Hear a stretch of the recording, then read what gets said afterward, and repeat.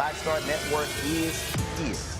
Hold no punches. I'm real revolutionary right now. Support this man, Black Media. He makes sure that our stories are told.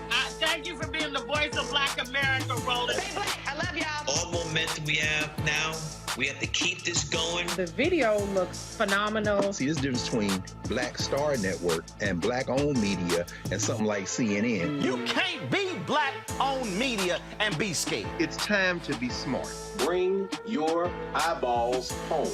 You dig?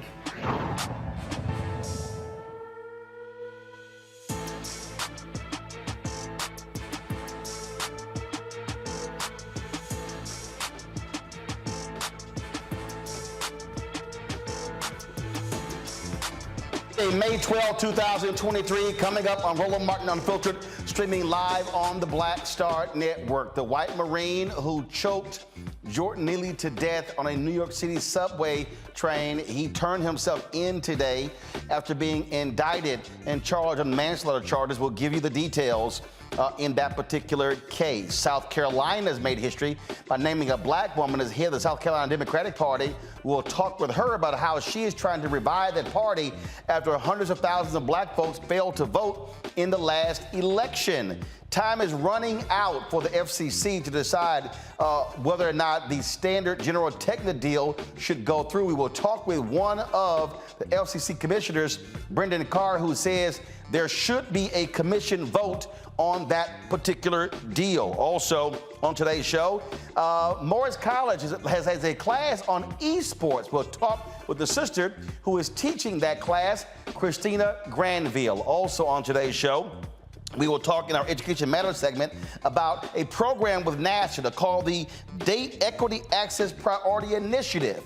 We'll unpack exactly what NASA is doing to help HBCUs. Plus, two proud uncles, yours included, has family graduating from Howard University. I actually happened to run into actor Roger Guinevere Smith, and I'll share with you what he had to say outside of Cramden Auditorium for today's graduation. It's time to bring the funk on Roland Martin Unfiltered on the Black Star Network. Let's go.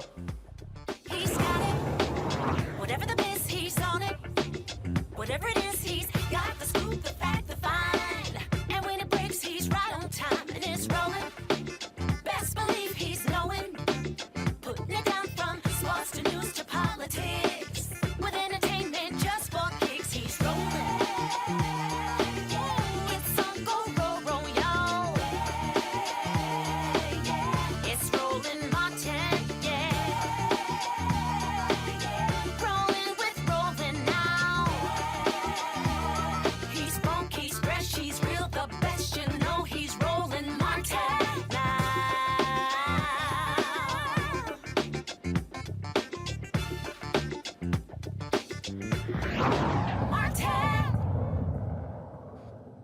Former U.S. Marine Daniel Penny turned himself in today in New York City after he was charged for manslaughter in the murder of Jordan Neely.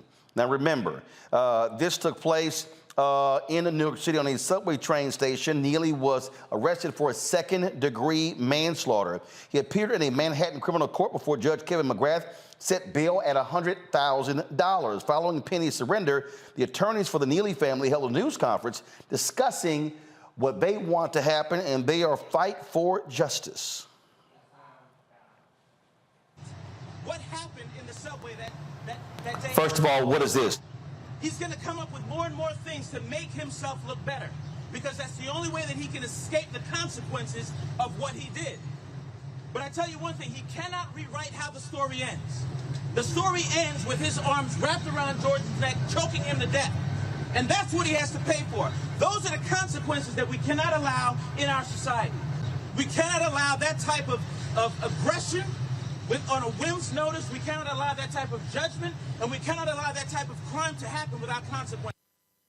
Now, Penny claims he stepped in an act of self-defense when Neely threatened him and others aggressively. However, some witnesses say that Neely was not specifically threatening Penny when he intervened. Now, the reality is he could have detained him, but he literally choked the life out of his body. Of course, this video has been shown all over the country. People that were shocked and stunned to literally see Jordan Neely die at the hands of Neely. The state's self-defense law allows people to use deadly force if they believe their life or someone else's life is at imminent risk. Penny is due back in court for another hearing on July 17th. Joining us right now is Gregory Jose, defense attorney out of New York. Gregory, how you doing? Thank you. Thank you for having me today. All right, so let's unpack this here, because a lot of people, there are different state laws when it comes to self-defense. We are very familiar with stand your ground laws. So walk people through what the law is there in the state of New York. Well, in New York State, there's a portion of the penal law called justification, and it's the circumstances under which a person can use physical force or deadly physical force to repel an attack in defense of themselves or a third person. Now, the issue that Penny has here, there were other people who were on this train station. Nobody else choked the life out of Jordan Neely. Well, now this case has moved from the court of public opinion to the court of law, and as such, the laws and statutes of New York governing the use of force are going to apply. And one of the things that the law indicates is that if a person reasonably believes that they or a third person is in danger of imminent physical harm or imminent serious physical injury or imminent death, then the use of force becomes authorized. The key words in that statute are reasonable, and that's an issue that will be sorted out during the course of an investigation. It was a subway car with a number of people aboard, so the authorities will be interviewing individuals, and then those individuals will more than likely be asked to give testimony in a grand jury to determine whether or not probable cause exists for Mr. Penny to be charged with manslaughter. At the opening of your show, you indicated that Mr. Penny had been indicted. My information is that he hasn't been indicted. He's been arrested, and now under New York state law, the district attorney's office has 180 days to vote. The grand jury has that period of time to vote an indictment against him. So right now the process begins where testimony will be sought from the people who were present and possibly from Mr. Penny to determine whether or not probable cause exists to actually indict him on that felony charge for which he was initially arrested today. So as we look at this, first of all, they have video. Prosecutors have video in this case. What they don't have is, one, you don't have a situation where Neely had a gun, had a knife. And so when you talk about this imminent physical harm, if you are Penny's defense attorney, how do you deal with that when you don't have a weapon and when there are other people on there as well who didn't do what he did?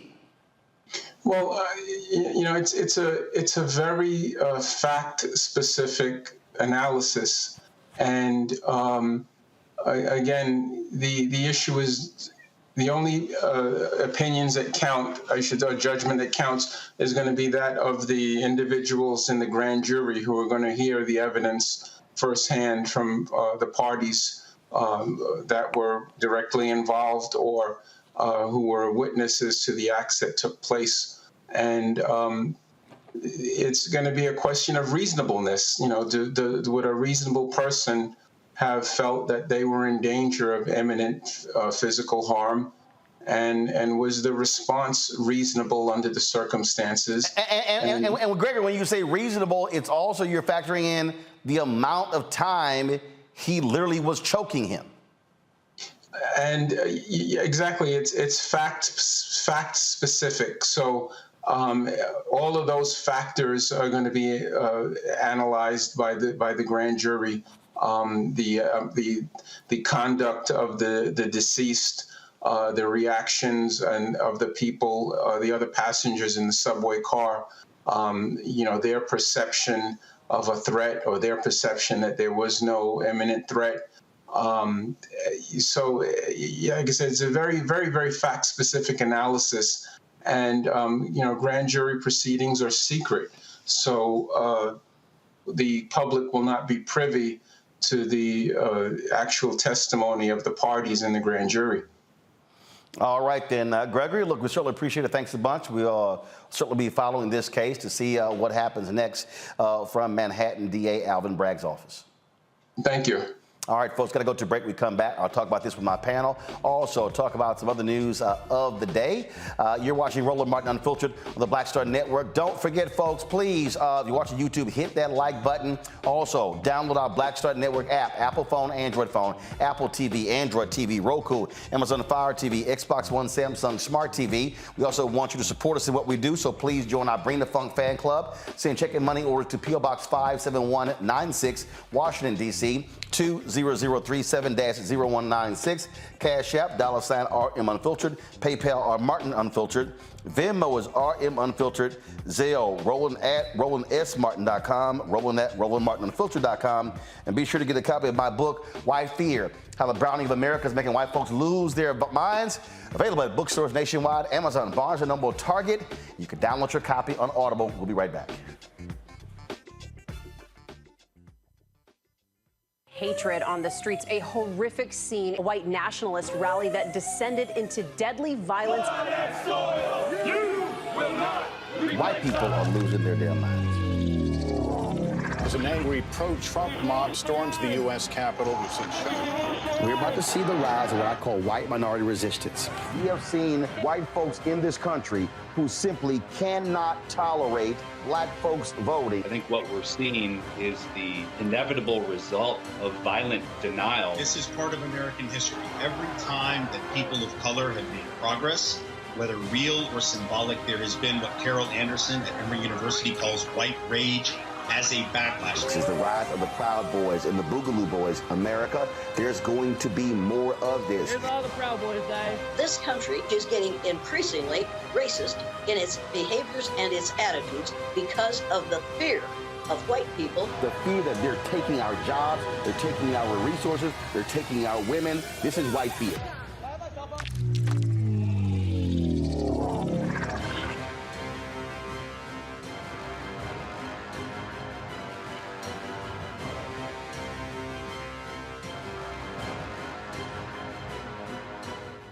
Black Star Network is here. Oh, no punches! I'm real revolutionary right now.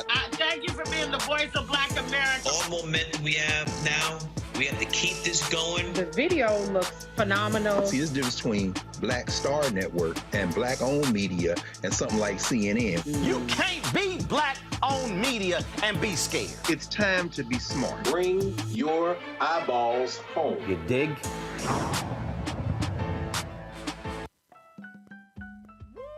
We're all impacted by the culture, whether we know it or not. From politics to music and entertainment, it's a huge part of our lives, and we're going to talk about it every day right here on The Culture with me, Faraji Muhammad, only on the Black Star Network.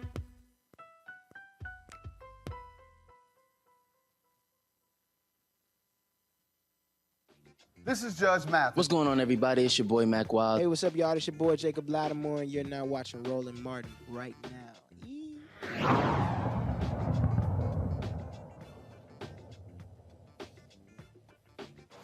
All right, folks, let's introduce our panel today. Matt Manning, civil rights attorney. Glad to have Matt on the show. He, of course, a frequent panelist. Also, we have joining us, we have Michael Imhotep, host of the African History Network show.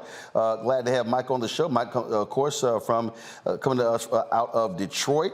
Matt Corpus Christi, Kilabethea communication strategist, Washington, D.C. Glad to have all three of you here. Matt, when you look at this particular case here, Penny has a problem.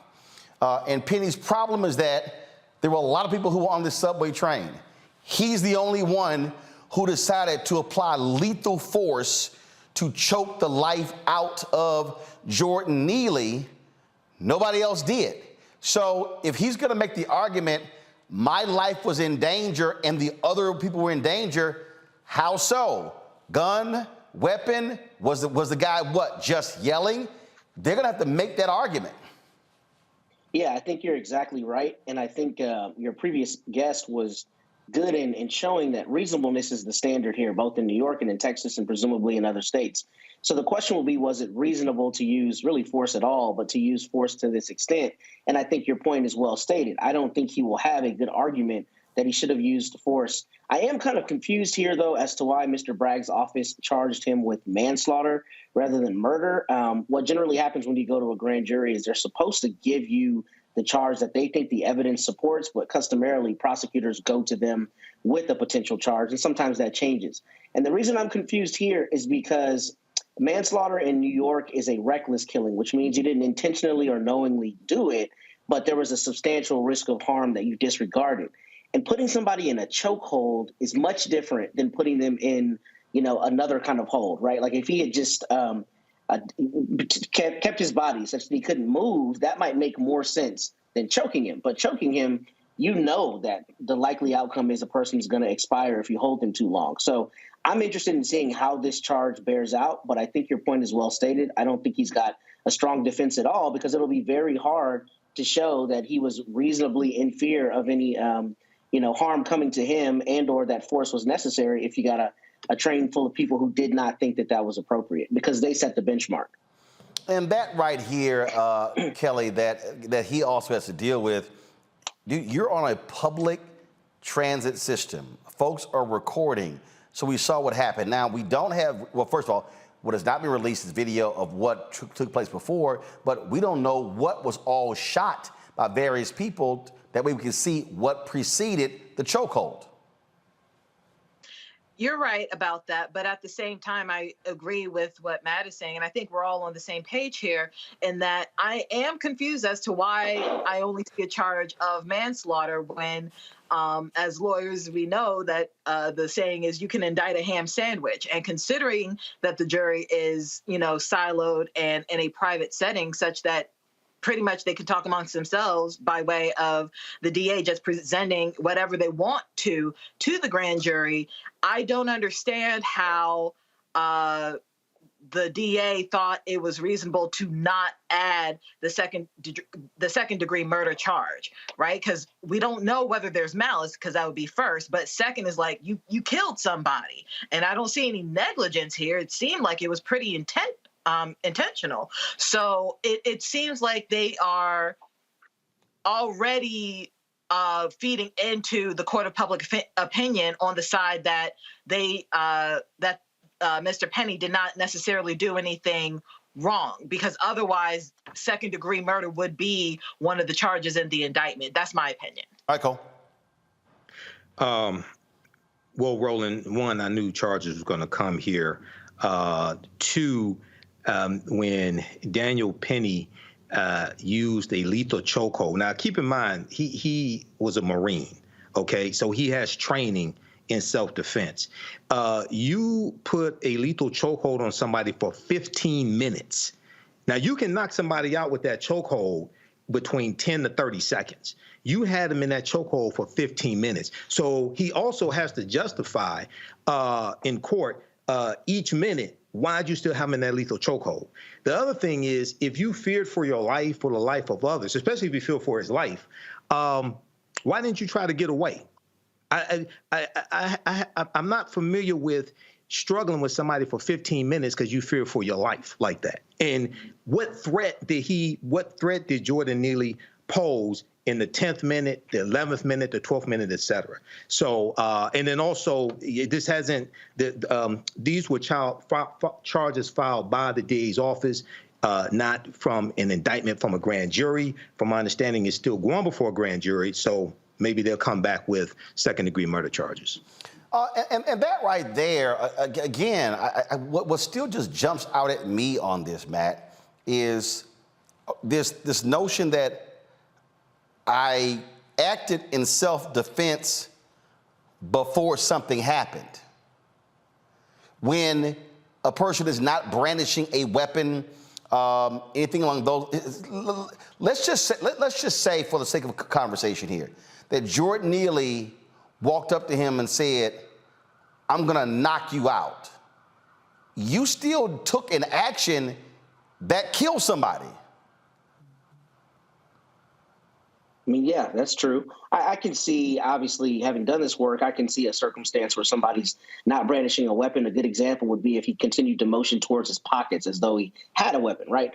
12 people might think that that's a circumstance where you're reasonably in fear for your life. But here, I don't think you have that at all. And I think what's already happening with the common character assassination we see in the media is they're talking about other circumstances where Jordan Neely allegedly attacked other people on the subway and that kind of thing. But I don't see that evidence here. So that's one, immaterial to the same kind of character assassination we always see. But three, is going to make Daniel Penny's case that much harder if there's not anything he can point to substantiate that he was in reasonable fear, because that's what the law does. It puts a duty on the person claiming self-defense to show that they were in reasonable fear, right, of their safety. So if that fear is not believed or is not reasonable, you can be convicted every day of the week. And that's what I suspect 12 people do in this case.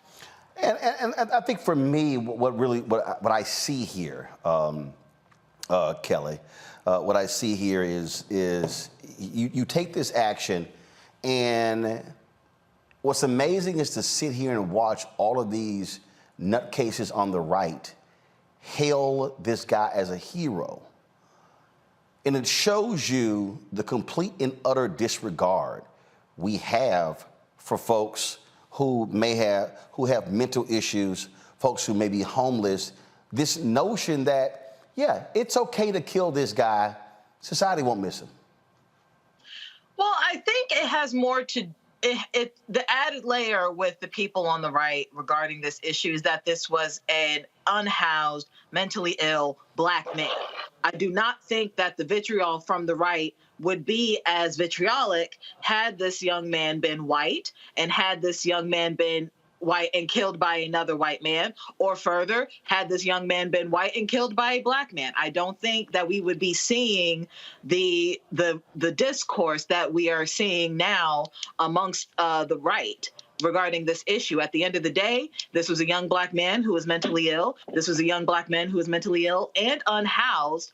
And frankly, not to make it a stereotype, this happened in New York City. He is not the only one who has these issues. He is not the only one who is going through this. And it would be terrible precedent if Mr. Penny were to, God forbid, be acquitted of these charges or anything of that sort. But I think it's a terrible precedent now, the fact that he has only been charged with or indicted with manslaughter, when according to the video that we have seen and according to the legal experts that we have heard from, he could have been indicted for second-degree murder with everything going on. So right now, it's not. It's unfortunate that this is happening right now, but from what I'm hearing on the right, it's par for the course. So see, the thing here for me, Michael, which makes this thing so bothersome, is that when you listen to these people, what we have this attitude again in this society that these things that this guy was a worthless human being who deserved to be killed because he was so-called loud and threatening people on a subway. Yeah, Roland, and a lot of these people who are echoing that, a lot of them on Coup Plotter TV, Fox News, a lot of these are white supremacists. Okay, let's be clear. These are the same people who cheered on Donald Trump when he was on CNN lying just the other night. Okay, these are the same people who we see over and over again who attack Black Lives Matter, et cetera. But let me just say this very quickly. To have a lethal chokehold on Jordan Neely for 15 minutes does not sound like self-defense. That sounds like torture to me. Okay, number one. Number two, I don't know how many Black people were on that subway, but God damn it, if you see somebody trying to execute one of us, I hope somebody would stand up and stop that, intervene. Okay, that's totally uncalled for. So, you know, George Floyd, the knee on George Floyd's neck was 9 minutes and 26 seconds, if I remember correctly. That's a hold from jiu-jitsu that cuts off the flow of blood to the brain. This was 15 minutes, okay? So we got to have some respect for ourselves and intervene, especially when we see somebody white trying to execute somebody like one of us like this. We have to have more respect for ourselves also. Well, again, I mean, and that's the thing for me that really that bothers me here, Matt. It is a state of mind. What we have in this country now is a state of mind that there are some people, a lot of people, who don't mean anything, who are throwaways, who, if we kill them, we don't care. It sort of reminds me of the business owner in San Francisco, just walking up. I'm just going to just water spray this homeless person. I'm just going to spray whatever bug spray or bear spray. I'm just going to sit here and douse them. There is a lack of humanity.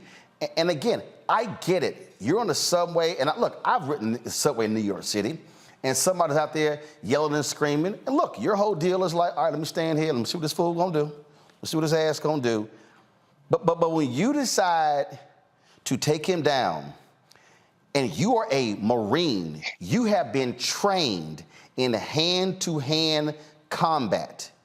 You know the difference between detaining a man until the cops come and murdering him. And that's what Penny did. He chose to literally snuff the life. He sat there and had this man's life in his arms and said, I'm gonna kill him. Yeah, I don't know that there's much I need to add. I think you're exactly right. And I think what we see being fomented in our country right now is exactly what you said, which is that we are allowing the othering of people that whomever, people find to be worthless or less than valuable. We see it in our state houses. We're seeing it on this subway. We see it in the media every day. And it's terrifying because what's happening is we're normalizing violence towards people, right? And we're normalizing violence towards the least of these, if you will, people afflicted with mental health. Instead of finding ways to help them and get them the treatment that they need, they're being killed in open, public on the subway. So I don't know how you curb that tide, but that's something that we're dealing with along with the erosion of democracy. And what we're seeing is not only is there not a preservation of the dignity of those people, there is an active assault against history, against the truth being told in a lot of different spaces. So we have to fight against that. And I'm glad Michael said that because, there's an example of a case in the 1980s that they teach in law school where a man was shot in New York City on the subway. And it's that precise question about bystander innocence and bystander liability. Yep. And what needs to happen is people need to step in when they see something like this happening and say, man, you're going too far. And that's one of the facts that I think will hurt Daniel Penny. My understanding is somebody indicated to him that Mr. Neely had defecated on himself at some point during the time he was being choked. And he disregarded that. And that'll be a very, very difficult fact for his defense team to fight against. Folks, hold tight 1 second. We come back. We'll talk with a history maker, the first black woman to lead the South Carolina Democratic Party. What is it going to take to get black folks in South Carolina to maximize their voting power? I will ask her that next. You're watching Roland Martin Unfiltered right here on the Black Star Network. That was a pivotal time. I remember Kevin Hart telling me that. He's like, man, what you doing, man? You got to stay on stage. And I was like, yeah, I'm young, thinking, I'm good. And he was absolutely right. What show was the other time? This was one-on-one. Got it. During that time. So you're doing one-on-one, going great, you making money, you like... I'm like, I don't need to leave. I don't need to leave from, Wednesday, Thursday to Sunday. I didn't want to do that. It was just like, I'm going to stay here. Or I didn't want to finish work Friday, fly out, go do a gig Saturday, Sunday. I was like, I don't have to do that. And I lost a little bit of that hunger that I had in New York. I would hit all the clubs, run around. Sometimes me and Chappelle or me and this one or that one, we'd go to the Comedy Cellar at 1 in the morning. And that was our life. We loved it. You do 2 shows in Manhattan, go to Brooklyn, leave Brooklyn, go to Queens, go to Jersey. And I got complacent. I was like, I got this money, I'm good. I don't need to go chase that because that money wasn't at the same level that I was making. But what I was missing was that training. Yes. Was that. And it wasn't the money. It was the money. It was that's what I needed.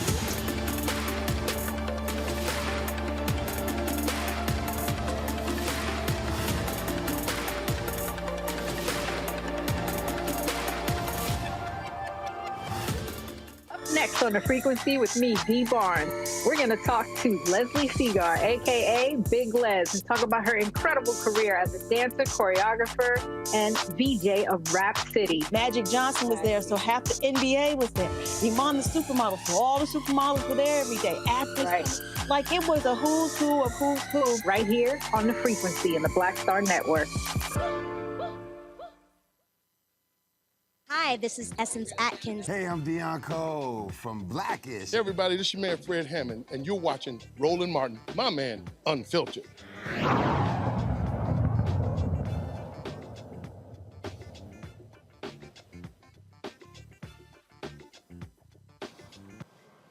All right, folks, for the first time in history, Democrats have elected a black woman to lead them in the state of South Carolina. Christale Spain won the position with a commanding victory with the support of prominent Democrats such as longtime Congressman Jim Clyburn. Her election comes to South Carolina will play a significant role in the Democratic presidential race. Of course, it'll be the first primary. This is the first time that has happened. She joins us now from Columbia, South Carolina. So first off, congratulations. Glad to have you on the show. Thank you so much. Thank you. I'm happy to be here. Obviously, with South Carolina being first up, that is a huge change. So, look, Biden is running. You've got a couple of nominal candidates who've announced they're running as well. And so what is that going to mean for you, for Democrats, for African Americans in the state by now being the first primary? It means that, black voters we get to have our voices heard first, right? For the longest time, we've been at the end of the campaign cycle, but now we get to go first. And so what that means is candidates are going to have to start talking about issues that matter to black voters. They're going to have to start coming into the communities where black voters are and trying to engage them in a real way, not in the same way that they've done in Iowa for 30 years. They're going to have to do that now here in South Carolina. And support the black vote. And the thing right there, though, is not just them, recruiting the black vote, but let's talk about what has to actually happen in your state. I mean, you're in a red state. Democrats have been losing statewide positions, but you've got a significant number of black people in South Carolina who simply do not vote. If black people actually voted their power in South Carolina, they could elect black people statewide. What do you do to change this? So we have to start doing year-round voter engagement.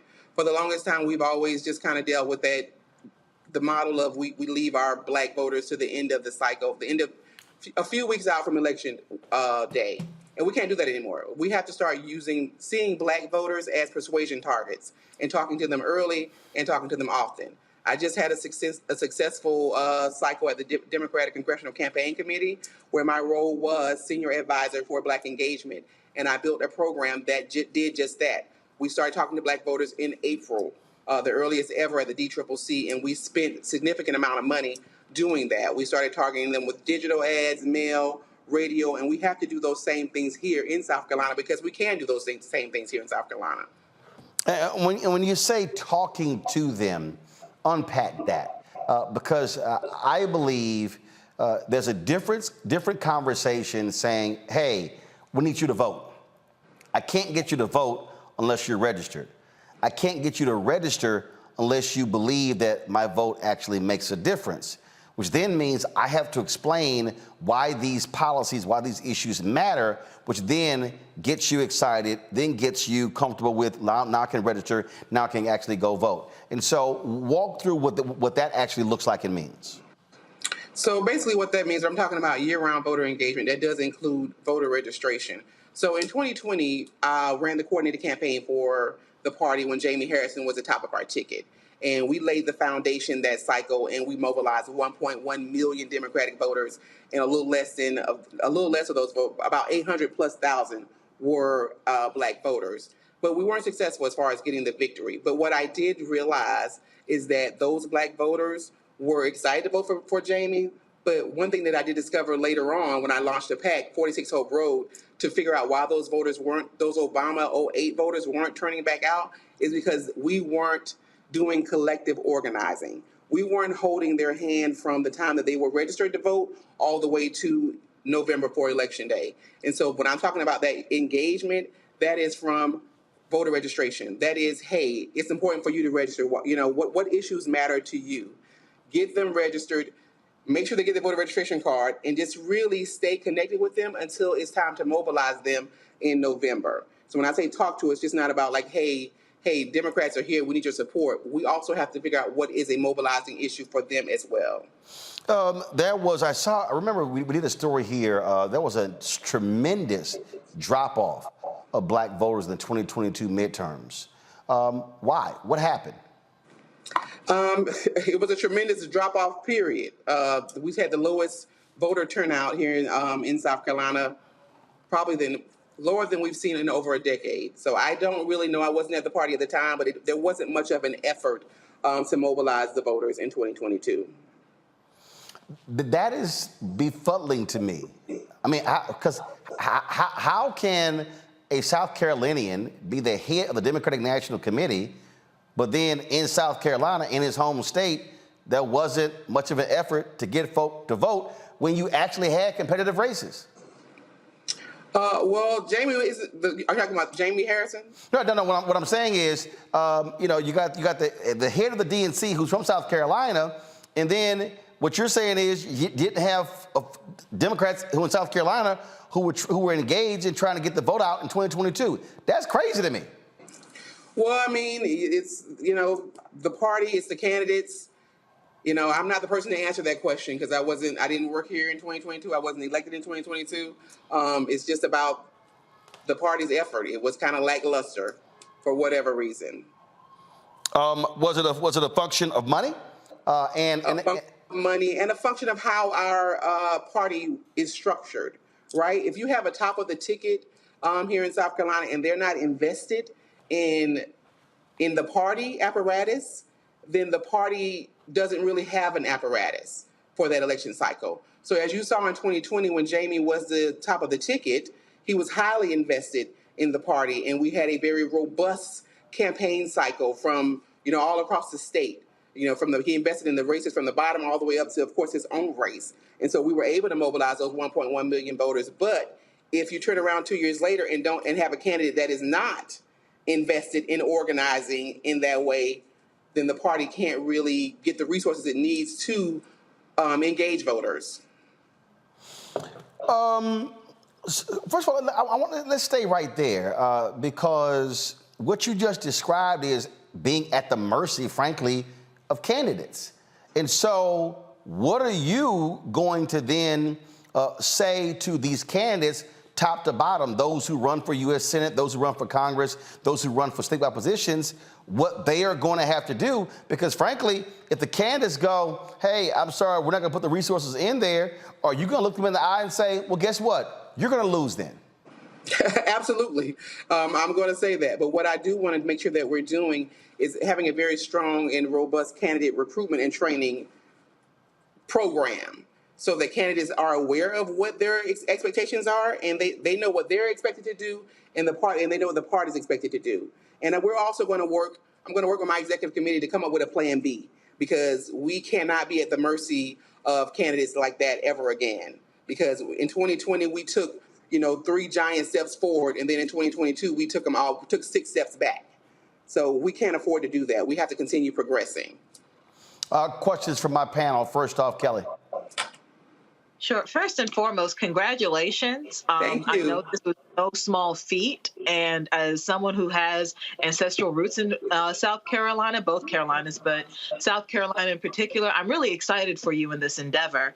My question to you is, even though I understand you are new to this position and you've mentioned that some of the problems in the past has been the lack of hand-holding, as you called it, from the voter being registered to actually getting the vote secured, while that may all be well and good, how do you plan on the sustainability of holding these voters within the Democratic Party, but more importantly, how are you planning to hold the candidates within South Carolina accountable so that they actually see through and see to that the vote that they earned actually, frankly, is earned?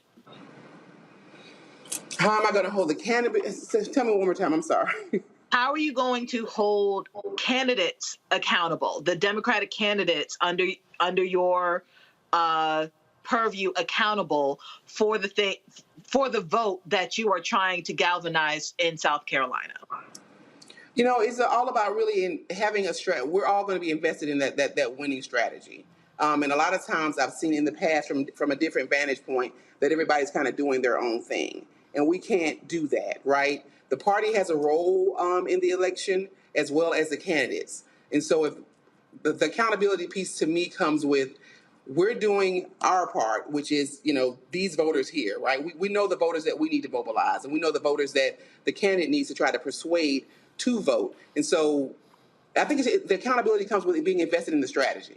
Like, you only win if you're going to do what we've already laid out. And I don't think that that's been laid out fair enough for folks in the past. So that's just one of the ways that I see us holding them accountable, because here's what we're going to do. We can't go persuade independent voters. That's not the party's role. The party's role is to expand and mobilize the base voters. So if they understand that, I think that if they understand that and they're invested in winning, they'll be accountable, I believe. Michael. Hey, congratulations, Christale. I think this is a big accomplishment. I agree with everything that you said, dealing with the outreach and starting early and continuous contact, things of this nature.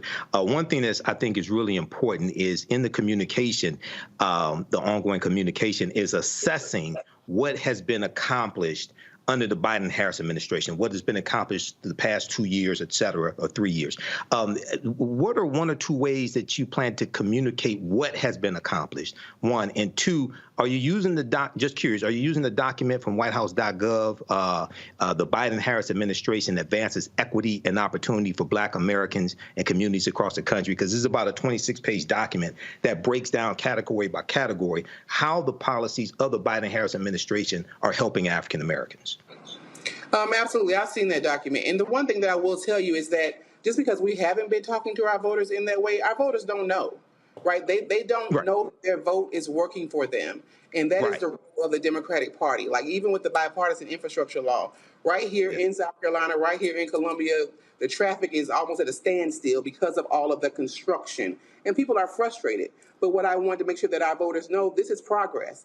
This is your vote working for you. This is what your tax dollars are fixing these roads finally, right? Even with all the broadband, South Carolina is a rural state. So having the access to Wi-Fi across these rural counties is, it's hugely beneficial to our voters. And we have to let them know, here is your vote working for you again. Right here, you voted for this, you got it. Access to clean water. We've had our own counties here that have had, water crisis that we're coming out of. So every community having clean drinking water is your vote working for you. And so we have so many things to celebrate and to tell our voters about the accomplishments. And we have to tell them. We are not telling them, we're not talking to them, and that's what I'm going to change. Thank you. Matt? Congratulations on your election. My question for you is this. What, if any, leverage do you see this gives your party in South Carolina in particular in driving the national conversation in terms of policy, and particularly maybe policy for us or just Democratic policy in general? And what I mean is that if y'all are the first primary, you'll be the benchmark essentially for candidates and what they do in subsequent primaries. So how do you see that leverage that this gives y'all? I think that it gives Black voters a voice early rather than later. Right, so whatever the needs and the issues of Black voters are, when this cycle really gets started, that's what is going to happen. That's what the candidates are going to be talking about, right? Because they're not going to be able to wait and push it to the background. They're going to have to lead off with issues that matter to Black voters. Last question I have, that is, you have Moms for Liberty that has taken over a significant number of school boards. And so a lot of focus oftentimes is on national and statewide races. But the reality is, when you talk about a state Democratic Party, you're also looking at those local races. What is your strategy to retake those races? Is it a matter of reminding people that, hey, you kind of got to vote in those races as well? Because my understanding, 10 of the 14 largest school districts in South Carolina, a significant number of Black folks, Moms for Liberty, these crazy right-wingers, they're running through, changing curriculum, firing superintendents. That's impacting Black students. 100%. And that's a part of our, I no longer want to leave out nonpartisan candidates in our candidate recruitment and training. Because, of course, we see the Republicans have changed the playbook. So we have to make sure that those folks are running strong as well. But we have to, again, tell our voters, you can't miss elections. Like, you feel the brunt of your city council election quicker than you will, the presidential. Like you feel the brunt of your city council race quicker than you will, the presidential. So that is also a part of what the party has to do as far as that voter engagement, because it's the education piece. It's not just November in the even year. There are big races here going on this year. Mayoral race in Charleston, the city of Charleston, a big more mayoral race in the city of Greenville. So we've got lots of time to practice what we need to do for next year in the general. All right, then, Ms. Spain, we surely appreciate it. Thanks a bunch, and good luck. Thank you so much. Thanks for having me. All right, got to go to a break. We'll be back, folks. Black and Missing will also talk about 3 white men who chased a black man and killed him in Jacksonville, Florida, and also 4 teens arrested for the killing of a black cop in Chicago. That's next on Roland Martin Unfiltered on the Black Star Network. When you talk about blackness and what happens in black culture, we're about covering these things that matter to us, speaking to our issues and concerns. This is a genuine people-powered movement. There's a lot of stuff that we're not getting. You get it, and you spread the word. We wish to plead our own cause. Too long have others spoken for us. We cannot tell our own story if we can't pay for it. This is about covering us. Invest in black-owned media. Your dollars matter. We don't have to keep asking them to cover our stuff. So please support us in what we do, folks. We want to hit 2,000 people, $50 this month, raise $100,000. We're behind 100,000, so we want to hit that. Y'all money makes this possible. Check some money orders. Go to P.O. Box 57196, Washington, D.C. 20037-0196. The Cash App is $RM Unfiltered. PayPal is R Martin Unfiltered. Venmo is RM Unfiltered. Zelle is Roland@RolandSMartin.com. On A Balanced Life with me, Dr. Jackie, what does it mean to actually have balance in your life? Why is it important and how do you get there? A masterclass on the art of balance. It could change your life. Find the harmony of your life. And so what beat can you maintain at a good pace? What cadence can keep you running that marathon? Because we know we're going to have, high levels, we're going to have low levels, but where can you find that flow, that harmonious pace? That's all next on A Balanced Life on Black Star Network. My name is Charlie Wilson. Hi, I'm Sally Richardson Whitfield. And I'm Dondre Whitfield. Hey everybody, this is your man Fred Hammond, and you're watching Roland Martin, my man, Unfiltered.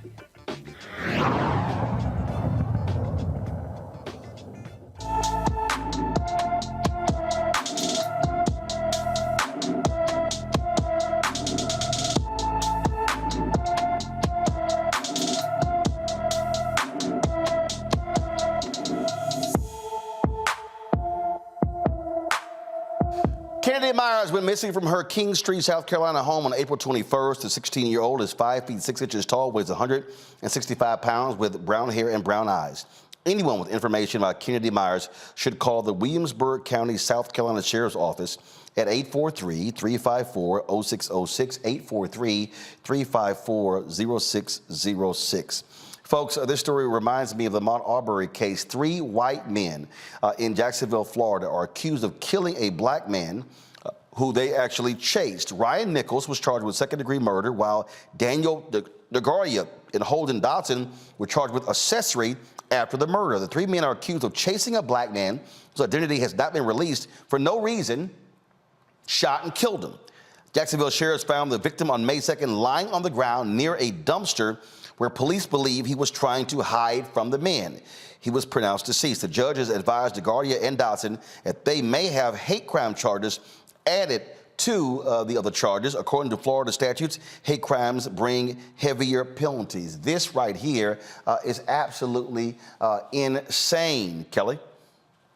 It is absolutely insane. And unfortunately, it's not the first time we've seen something so insane. I hope that they are convicted and sentenced to the highest sentence that they can possibly receive, because it is absolutely unacceptable to have such stupidity on top of racism in this country. There is no reason for this. This black man lost his life, and for what? Because 3 people saw a black man crossing the street. This is not Jim Crow anymore, and it wasn't acceptable then.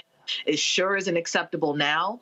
And hopefully the law will hold them accountable, because based off of the information that we have available to us via media, they very well may be guilty of this crime, and they should be held accountable for it to the fullest extent of the law. It is just, I mean, Michael, we continue to see what happens here. I mean, my goodness, they chase this guy and kill him. Yeah, Roland, this is another sad event. Once again, I don't think it's coincidental that it's taking place in the state of Florida, where at the same time they are attacking how African-American history is taught in schools. At the same time, they're banning books dealing with the civil rights movement, et cetera. And the way you treat a people is largely based upon what you've been taught about a people, what you think about a people. We can't let it escape this conversation that Florida is where Rosewood was. And the Rosewood, Florida massacre in 1923, where they destroyed an entire town. White supremacists destroyed an entire town and ran those African Americans out of Rosewood and took their land, all because of a lie. All right, so this is another tragedy. Hopefully they get the fullest brought to justice and get the stiffest penalty. But things like this have to stop. Absolutely. This case here out of Chicago, quite sad. Arana Preston, a 24-year-old police officer, was actually shot and killed as she was at her home. Now, what they're investigating, Matt, in Chicago, is why did it take cops 30 minutes to respond to the shooting after the shot cams detected that shots were fired in the area? Four African-American men, teenagers, were actually arrested for her murder. Apparently, they had gone on go ahead and show the photos, folks. Apparently, they had gone on a robbery spree, and she was, three individuals, I'm sorry. She was one of the victims. Again, a 24-year-old sister who, again, shot and killed, and saw a news conference, Matt, where we'll try to find a video where her mother was just stricken by it and said she actually felt sorry for those young men. This here is a photo of that 24-year-old officer, Ms. Preston. Yeah, I mean, this is obviously heinous, and it's obviously indefensible. And what's layered on top of just the clear facts here is the fact that we're talking about juveniles. We're talking a 14-year-old child doing this, and obviously children can be charged as adults, and children can understand to some extent gravity of those crimes. But the system has a whole different approach to juvenile prosecution than it does adult prosecution because of what we understand about neuroscience. So I say all that to say what's especially sad here is you have three young men who committed this heinous crime. What happened to this woman is obviously the most important part of this. But a corollary to that is you have three young lives that are now gone, and it makes you have to do an examination of the circumstances that put them there, the circumstances of systems that are failing them holistically, and it culminates in things like this heinous shooting. And I hope that they're brought to justice, but I also hope that there is appropriate response and that we look at the systemic causes of what causes this kind of conduct. Indeed. Also, while we are talking about Chicago, folks, what was also happening there, of course, Mayor Lori Lightfoot, of course, lost her re-election bid. They also are dealing with this here. HUD has actually settled a lawsuit with the city of Chicago with regards to environmental racism. They're going to have to actually make some changes there. HUD found that Chicago City Hall effectively engaged in environmental racism for years. If you look at this here, it says last year, HUD investigators accused the city of intentionally steering polluters to neighborhoods already overburdened with pollution and threatened to withhold tens of millions of dollars in federal funding if the city does not change its practices. And again, what we're seeing is that they were steering folks to areas where black folks live. Lifeboat had a statement. Chicago is listening to the longstanding concerns voiced by environmental justice organizations and community members who have described how intensive industrial operations and commercial transportation affect their neighborhoods' health and quality of life. I mean, Kelly, what's crazy here is, again, this is a city, last 4 years has had a black mayor, significant African-American population, and here's HUD saying that this city, Chicago, was engaged in environmental racism. Well, and we've talked about this concept on your show before, Roland, and that you do not necessarily have to be white in order to be a white supremacist, and you certainly don't have to be non-black in order to be biased against black people. And if HUD is saying that environmental racism has been occurring in the city of Chicago, and the evidence points to that, then I just go with the evidence. And based off of what you're saying, based off of what the media is saying about this issue, it is unfortunate that there are some black people out there who do not necessarily care about or prioritize the lives of other black people within their surroundings. And we have to find a way to root out those specific biased black people and bring in people who actually care about the collective, who care about all black people, and make sure that things like environmental racism don't happen in predominantly black cities or predominantly minority populated cities. What was crazy here, Michael, go to my iPad, please, and that is, it says, central to a complaint, this is from Chicago Sun-Times, central to a complaint from 3 Southside organizations in 2020 was the planned relocation of the General Iron Car and Metal Shredding operation from Lincoln Park to East 116th Street along the Calumet River. The organizations complaining to HUD said neighborhood residents' civil rights were being violated by the move, which shifted a polluting nuisance in a mostly white, affluent neighborhood to a predominantly Latino community area surrounded by majority black neighborhoods. So let's take it out of the white folks area who got money, and let's go where the black and Latino folks are. Yeah, Roland, and we see this is the fight that is going on within the environmental justice arena, fighting against environmental racism. And, you know, and also coupled with this, it may not play a part specifically in this case, but in other cases where we see things like this happen, gentrification is taking place as well. So this is part of the harm that has to be repaired when we talk about repairing the legacy of a damage of slavery and post-slavery as well. Things like this that people don't really take into account, but this type of racism is deadly. Also, last here, go to my iPad. Sun-Times said HUD still has an ongoing but separate civil rights investigation related to the power that Chicago City Council members wield to prevent low-income housing in their wards. We'll keep you abreast. So great job there by Secretary Marsha Fudge and the Department of HUD. Folks, when we come back, why is the FCC not taking a vote on Standard General's opportunity to buy the Tegna television station groups? We'll talk to FCC Commissioner Brendan Nicard next, right here on Roland Martin Unfiltered on the Black Star Network. Next on the Black Table with me, Greg Carr, we look at one of the most influential and prominent Black Americans of the 20th century. His work literally changed the world. Among other things, he played a major role in creating the United Nations. He was the first African American and first person of color to win the Nobel Peace Prize. And yet today, he is hardly a household name. We're talking, of course, about Ralph J. Bunche. A new book refers to him as the absolutely indispensable man. His lifelong interest and passion in racial justice, specifically in the form of colonialism. And he saw his work as an activist and advocate for the Black community here in the United States as just the other side of the coin of his work trying to roll back European empire in Africa. Author Cal Rostiala will join us to share his incredible story. That's on the next Black Table here on the Black Star Network. Hi, I'm Dr. Jackie Hood Martin, and I have a question for you. Ever feel as if your life is teetering and the weight and pressure of the world is consistently on your shoulders? Well, let me tell you, living a balanced life isn't easy. Join me each Tuesday on Black Star Network for A Balanced Life with Dr. Jackie.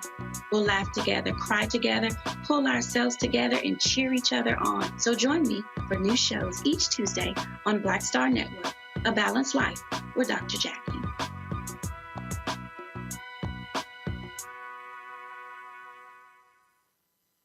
Everybody, it's your man, Fred Hammond. Hi, my name is Brescia Webb, and you're watching Roland Martin Unfiltered. Ow.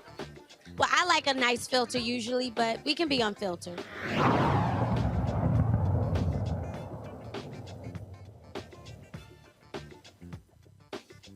Folks, in a few days, the financing was going to run out for Standard General's acquisition of the television group Tegna. Now, what happened if they're able to do this?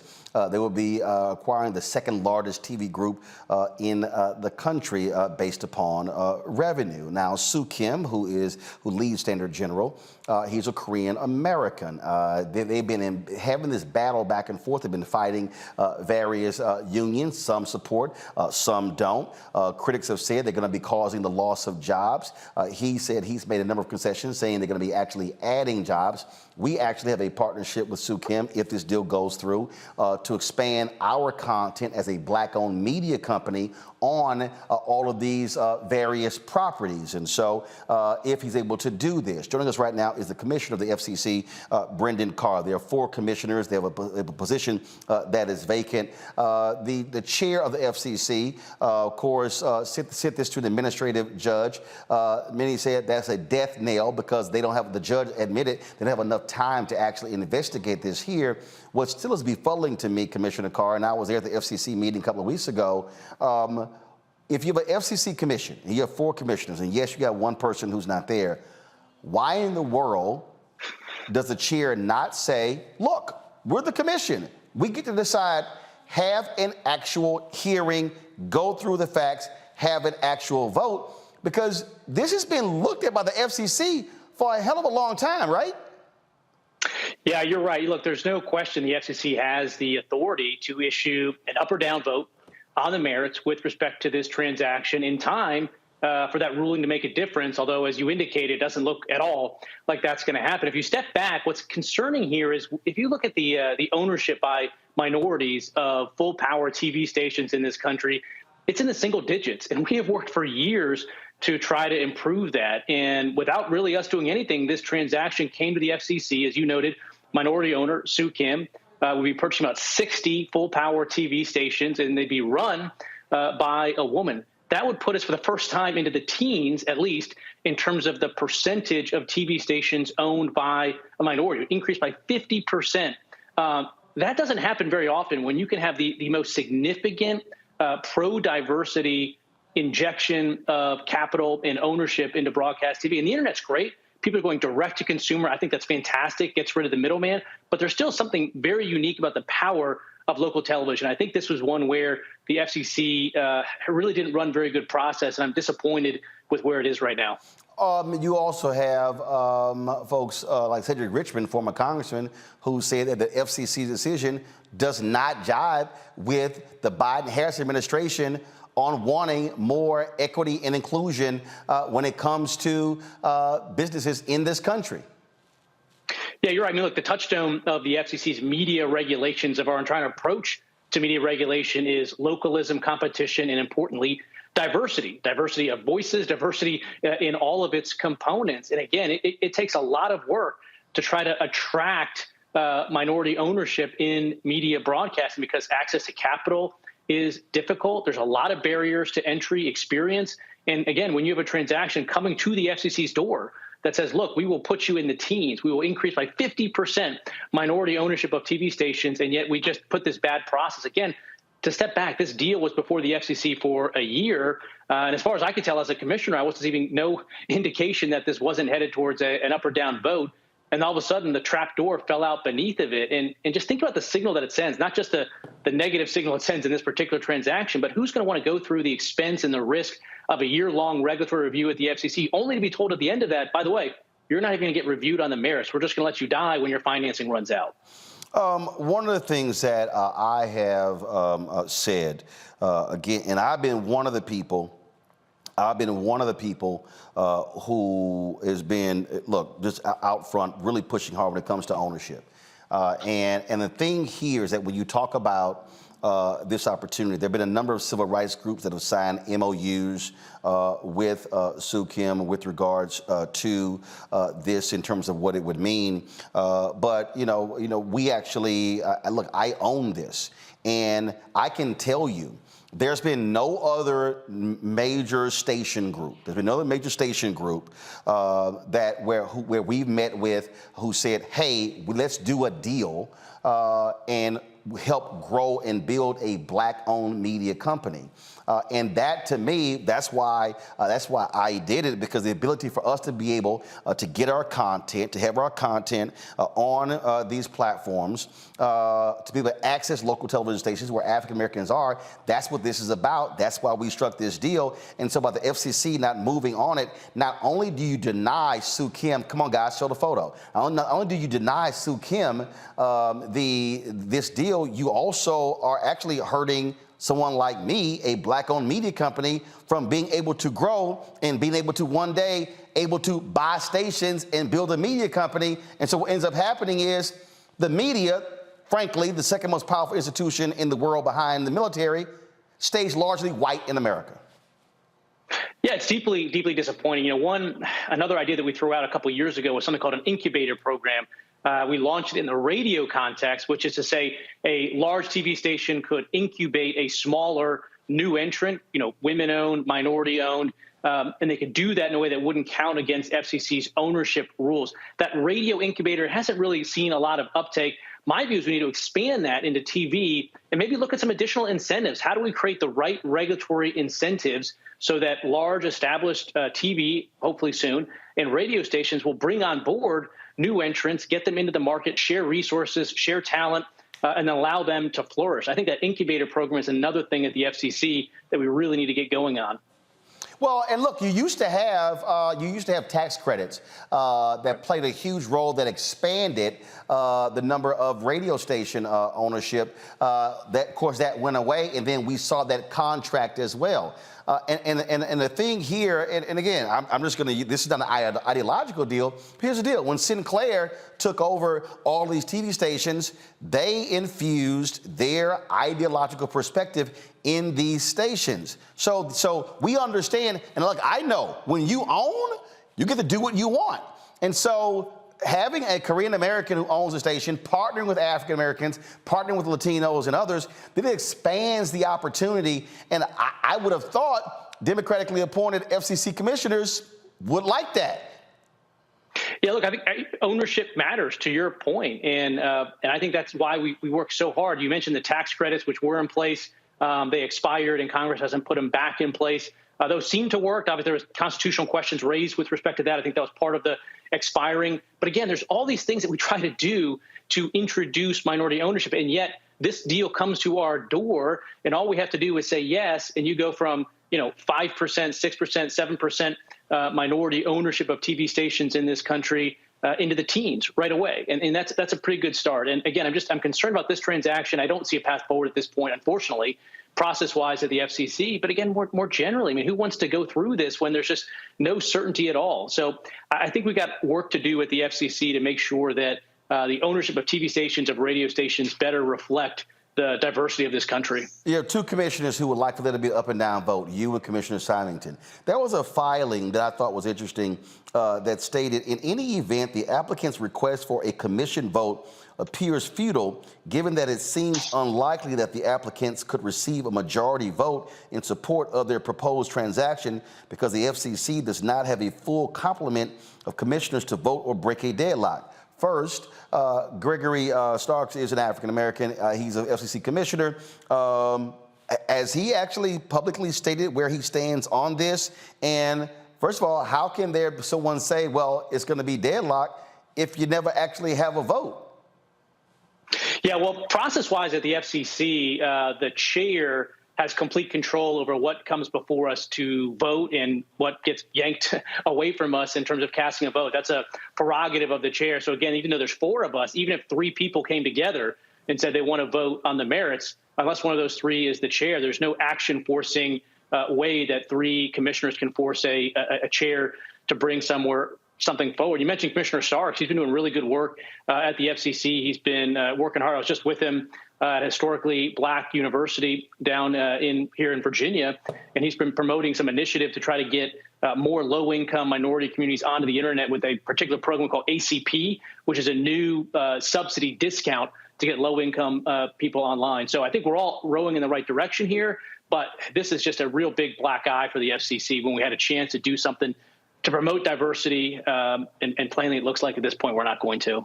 Indeed. Commissioner Brendan Carr, we appreciate you joining us and coming here on Roland Martin Unfiltered to explain what's going on in this deal. Thanks so much. Thanks a bunch. I'll go to my panel here. This is the thing, Michael, and what you have going on. So you got something that's going on right here, okay? You've got some Democrats who have been opposing, saying, oh, private equity taking over this media property, they're going to be just slashing jobs left and right. But you got some other Democrats who've been saying, wait a minute, you had like Senator Robert Menendez saying, why are we not addressing the issue of diversity in ownership? You've got folks on both sides. You've got some union folks opposing, some union folks who are supporting.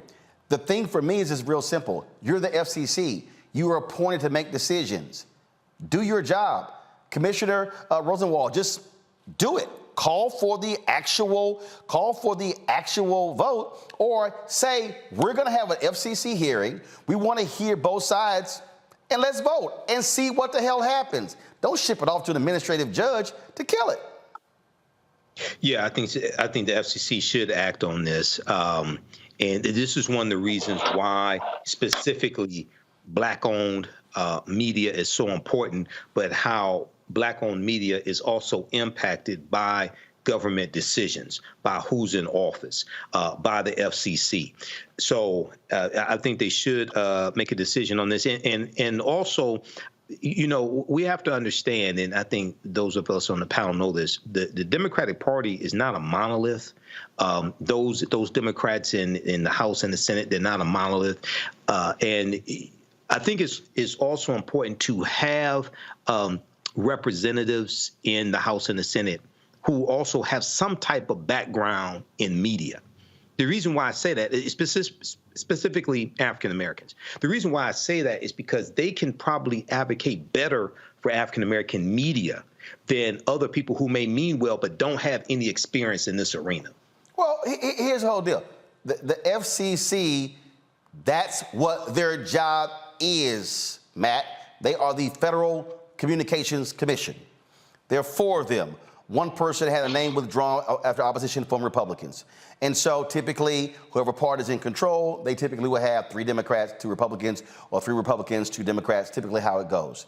The thing here, though, is do your job.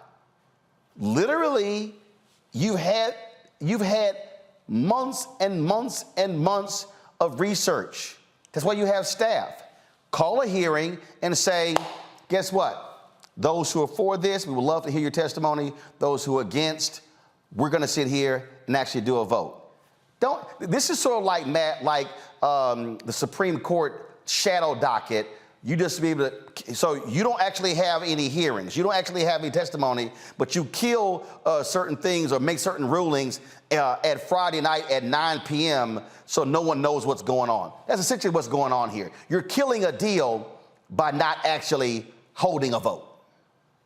It happens every day, and I hate it because they often try to put the lawyers in the position where we make some decision that they're afraid to make, and they're afraid of voters having, a response that they don't like. But I think you're 100% right. Or at least here, they should make it very clear what the potential objections are. What I was wondering and what I was hoping to ask Mr. Carr is whether there's a concern about it being anti-competitive, whether there's some concern about, monopoly concerns or some reason that it would justify not taking a vote. But I think your point is very well stated. Look, you're on this commission to make decisions and make the decisions, period, right? Have the vote. And then if the vote goes the way that the deal doesn't go through, then at least you've done your public duty and made the vote that you think should happen. So and be on record. Decision in the dark. And be on record. This whole deal. I mean, when I went out to the hearing, Kelly, the chairwoman, I've had her on the show before. Nice woman, and but she goes, well, I can't speak to that because it's before the administrative judge, and there's also a lawsuit going on. So then I asked her. I said, okay, so you can't speak to the merits. Okay, how about why not hold the actual hearing? Well, I can't. I can't speak to that. She literally, her whole position was, I can't speak to anything because of the administrative law judge. You're the one who actually sent it there. Mm-hmm. So it's like, you can't say anything at all. And again, I just simply go back to, I believe in leaders leading. And if you don't think this should go through, do a vote and be on record. Guess what? If it deadlocks, it deadlocks. If it's 3-1 and you're the one and the other three support it, that's great. But don't sit here and not do anything because, it's an easy way to kill a deal, but not actually being on record. Well, I'm sensing, and I'm not trying to make this a super broad comment, but in what I'm seeing in the news and how Democrats have been behaving as of late, and by as of late, I mean the last, let's just say, 5 years to be conservative. This lack of wanting to be held accountable, this lack of being on the offense when it comes to issues and letting things just kind of rock, letting things ride such that they aren't blamed either way. And when something does go down, they can blame somebody else for it, when at the end of the day, Democrats had the opportunity to do something about it ahead of time. And what I'm seeing here is that, frankly, the Democrats in the FCC are holding up process that would help left-wing issues such that you have diversity. Well, no. So it's not necessarily left-wing issues. So this is not an ideological thing. The bottom line here is just very simple. Here you have a Korean American owns a company. Now, there are Democrats that oppose him by saying, because you're private equity. And yes, we have seen in the newspaper industry how some private equity companies have decimated jobs. One, not all companies are the same. You have commitments that have been made. But the point here is this here. I don't care if you say, Sue Kim, I don't believe him, I don't believe Senator General. That's fine. Vote. Vote. Be on record and vote it down. If there are 3 commissioners that are against it, vote. If there are 2-2 and it's deadlocked, it still doesn't go forward. My problem is you don't even want to take a vote. That to me is weak leadership. You're killing a deal by saying, yeah, we're not going to take a vote, so we're just going to let it die over here because you don't want to actually be on record to vote. 30 seconds, final comment. I understand that, and I agree with you, but what I'm seeing, again, is a recurring theme of Democrats not wanting to take accountability because they don't know what the end result could be. Like you said, they need to do their job and vote. But because of, we don't know what the repercussions are going to be if we vote one way or the other, we would rather, shift and let another entity deal with it. That is a recurring theme that I'm seeing. Well, that's crazy as hell to me. All right, folks. So again, we'll see. I doubt anything happens, but we'll see what happens in the next few days. Got to go to a break. We come back. We've got HBCU Connect. Morris Brown has a class dealing with esports. Yes, that is actually being taught at an HBCU. We'll talk with Christina Granville, a professor who's teaching that course. We'll also have our Education Matters segment talking with folks at NASA about an innovative program there. Plus, my niece Faith graduates from Howard University. Actually, it's happening right now. And I actually happened to run into a prominent actor while I was leaving, whose nephew is graduating at the same time. I'll share that with you. You're watching Roland Martin Unfiltered on the Black Star Network. On the next Get Wealthy with me, Deborah Owens, America's Wealth Coach, nurses are the backbone of the healthcare industry, and yet only 7% of them are Black. What's the reason for that low number? Well, a lack of opportunities and growth in their profession. Joining us on the next Get Wealthy is Neely Death. She's going to be sharing exactly what nurses need to do and what approach they need to take ownership of their success. So the Black Nurse Collaborative really spawned from a place and a desire to create opportunities to uplift each other, those of us in the profession, to also look and reach back and create pipelines and opportunities for other nurses like us. That's right here on Get Wealthy, only on Black Star Network.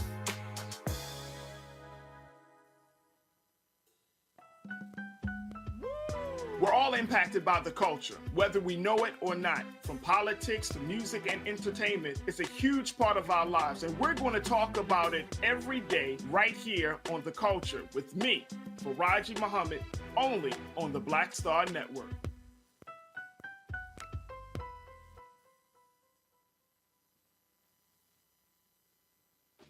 My name is Charlie Wilson. Hi, I'm Sally Richardson Whitfield. And I'm Dondre Whitfield. Hey everybody, this is your man Fred Hammond, and you're watching Roland Martin, my man, Unfiltered.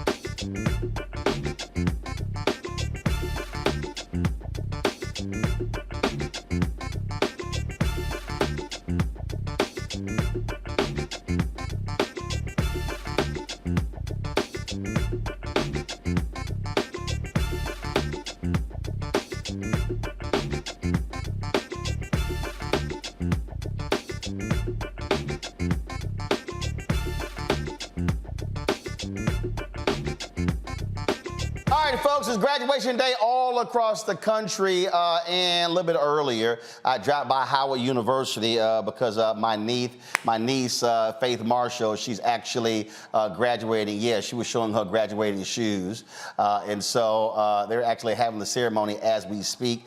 She's an architecture major, getting her undergraduate degree, and then she'll actually be returning to get her master's. So while I was about to leave, like literally, I was leaving. I couldn't attend the ceremony because, of course, I had to host a show.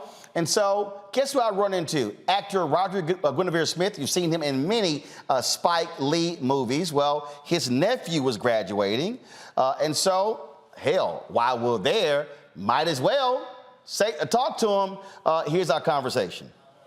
Here at Howard University, my niece is graduating. Come on, let's mic her up. Let's go. Let's go. No, mic her up. Is it your nephew? My nephew is graduating, Colin Montgomery Smith. This is the fourth generation Smith coming through. Wow. As a bison. Wow. And the first was my father. And tomorrow we will celebrate what would have been my father's 101st birthday. Wow. Sherman W. Smith Sr. That's awesome. Always. Well, first of all, it's always good to see these young folks continue the tradition out here and ready to do some great stuff. What would you, if you had to speak to him, what would you tell him? If there is no struggle, there is no progress. Those who profess the favor of freedom and appreciate agitation are those who want crops without plowing up the ground. And rain without thunder and lightning. They want the ocean without the wars. Well, if they had an awards program, and the head of the architecture department asked me to say a few words, and I told them, I said, well, I get the commencement at Jackson State in December. I said, I'm gonna tell y'all the same thing. You belong in whatever room you walk in. Absolutely. Even if you have to build it yourself. You damn Skippy. Good to see you, man. Good to see you. All right, folks, again, so congratulations to all the graduates, whether you went to HBCU, PWI, community college, JUCO, does not matter. And so congratulations. All right, Let's talk about my next guest and what she's doing. So now some of y'all out here going, I wish all these kids stopped playing games. But the reality is a lot of people are making a lot of money playing video games. It is huge. It is a multi-billion-dollar industry. And a lot of African Americans are not fully engaged in it. Well, the folks at Morris Brown College decided to actually have a course that deals with esports. And so my next guest, Christina Granville, they actually hired her to teach that. Yeah, I never thought I'd be calling Professor Granville. Oh, my God. Oh, my God. But that's actually what she is. So, so she's actually in town. So you're in town doing something for the NBA? What are you doing? Yes, I work for the NBA 2K League as a NBA 2K League host. So I host the AT&T 5G Game Day show. And I also so what's the NBA 2K League? What? It is an entire league of competitive pro players that play 2K. And they have salary, they have housing, they have full benefits, and they play professionally against each other in competitions and tournaments. Really? For a lot of money. Tonight, we're playing a 3v3 tournament. They're playing for a $600,000 prize pool. A lot of brothers and sisters playing? Yeah, I mean, the league is very diverse. There's not a lot of women in the league. We're still trying to push the culture forward with getting women involved in the league. But there's a lot of men. There are a lot of black and brown brothers that are in the league doing their thing. They're killing it. All right, so how did this come about, this Morris Brown, this esports class? Oh, it is amazing. What Morris Brown is doing, I like to call it the hard reset, like President James always say. We have a whole entire esports lab that is dedicated to students who want to get into esports, who want to learn about the NBA 2K League, who wants to learn about Overwatch and Call of Duty and all these other amazing leagues that are going on that for so long, African-American millennials, young adults, have not been able to be a part of, maybe because of the resources or maybe because of things that they didn't know how to even get into it. So Morris Brown has opened up the floodgates to let students come in and learn about the world of esports. I'm a professor there, and I teach intro to team management in esports, and we have a lot of other courses that are getting these students ready to learn the business, to learn the ins and outs of the esports arena. I love to tell people all the time and try to educate them. It's the fact that 84% of African-American millennials play video games, but only 4% are actually in the gaming industry. So what we're doing at Morris Brown College... So we're spending a lot of time playing the games, but we ain't getting paid. Oh, not at all. We are, I gotta say, we are the consumers, not the producers. And that is a problem. Well, that's the case with black people in a whole bunch of areas. It is. Where we're making a bunch of other people rich. It is. However, the time is now for us to get in this space and encourage these young students to get in where they fit in. If you know you play video games, parents, stop telling your kids playing video games is bad. There are kids and young adults and adults who are making millions of dollars from video games, and they have been benefiting from the black culture for the longest, and it's important that we continue to encourage our students to say, hey, if you want to get into video games, let's figure out the proper way to get you in that space, and at Morris Brown College, now you can get a degree in it. So this is a video here from your Instagram feed where there was a tournament there at Morris Brown. First of all, how many students are a part of this esports lab? So we have the whole program. We have about maybe, I think, 30 to 40 students who are in the esports program, and we're building that number as it goes. Of course, this is the hard reset for us, so we're trying to get more students involved, more students aware of what's going on at Morris Brown College, and get them to come and engage with us at Morris Brown. Now, were you, first of all, now how did they hire you? Why you had to say it like that? No, I'm just asking, what the hell, because you play video games? Well, I used to play video games a long time ago. I played Duck Hunt, you know, a little NBA Jam. So hold up, so you teaching, but you ain't actually playing. So let me tell you, this is the beautiful thing about esports. You ready for this? What? You don't have to be a gamer to be in esports. Think about it. If you are, I'm a host in the NBA 2K League, one of the biggest leagues in all of esports. And I am a host who knows the game of basketball. I'm a former basketball player. I played in college. I played semi-professional basketball. So I know the game of basketball, and I've been able to leverage that into a world of being a host, into the world of now being a professor at Morris Brown College, through all of my experiences with working with through the league, I was one of the first African-American females to be a sportscaster for HBCU Sports League. So I have the experience, I have the accolades, I have the knowledge to do that and to educate. But you can't play no games. Who? I can play the games now. Oh, now you can play them. At first, of course, because when you're working. I got to see some kids in the class like, man, I could teach her. Oh, no, and I want them to. That's what we really want with our students. That's what we really want with everybody, especially our Black culture, is to get involved and get engaged. If you don't know how to play, it's okay. If you're a hairstylist, makeup artist, you do digital work, you're a photographer, there is room for you in the esports arena. I need everybody to understand it. You don't have to be a gamer, so don't listen to Roland. But whatever it is that you're passionate about, please. You do want to listen to me. Look, don't listen to Roland. In this moment, he's a very smart guy. But listen to me. In this moment, whatever it is that you're passionate about when it comes to esports, if you don't know anything about esports, there is room for you to be great, especially for African-American students, to come in this space and learn and then grow. I didn't know how to play 2K, but now I do. All right, so I'm going to go to a break. We're going to come back. And then we'll talk a little bit more about this here. Then we got our Education Matters segment. And we'll take some questions from our panelists. And we'll see which one of them actually is still grown playing video games. What? I'm just...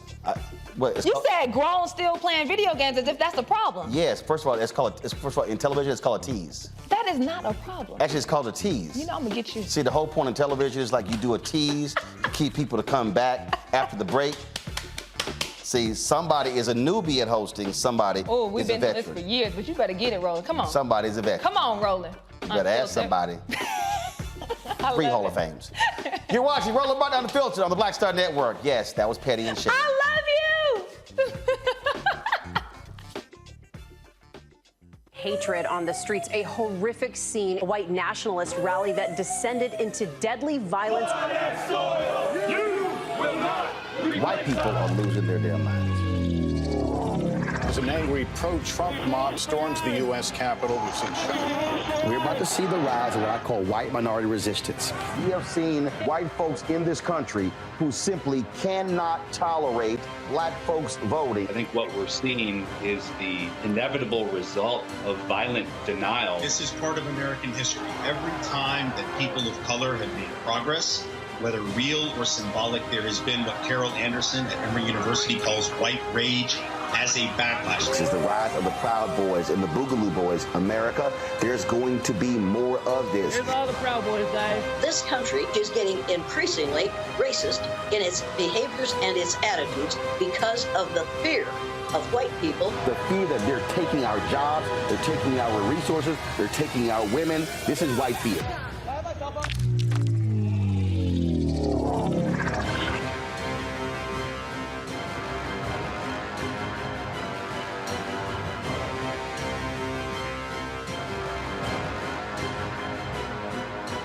Black Star Network is here. Oh, no punch! I'm real revolutionary right now.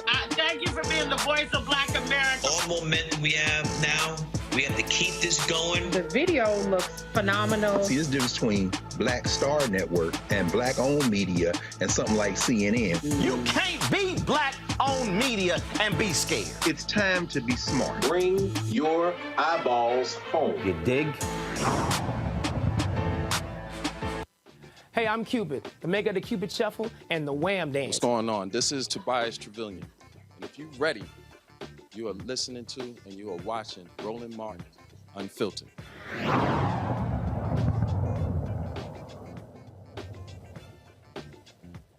What? You asked what? You asked what? What? Asked for what?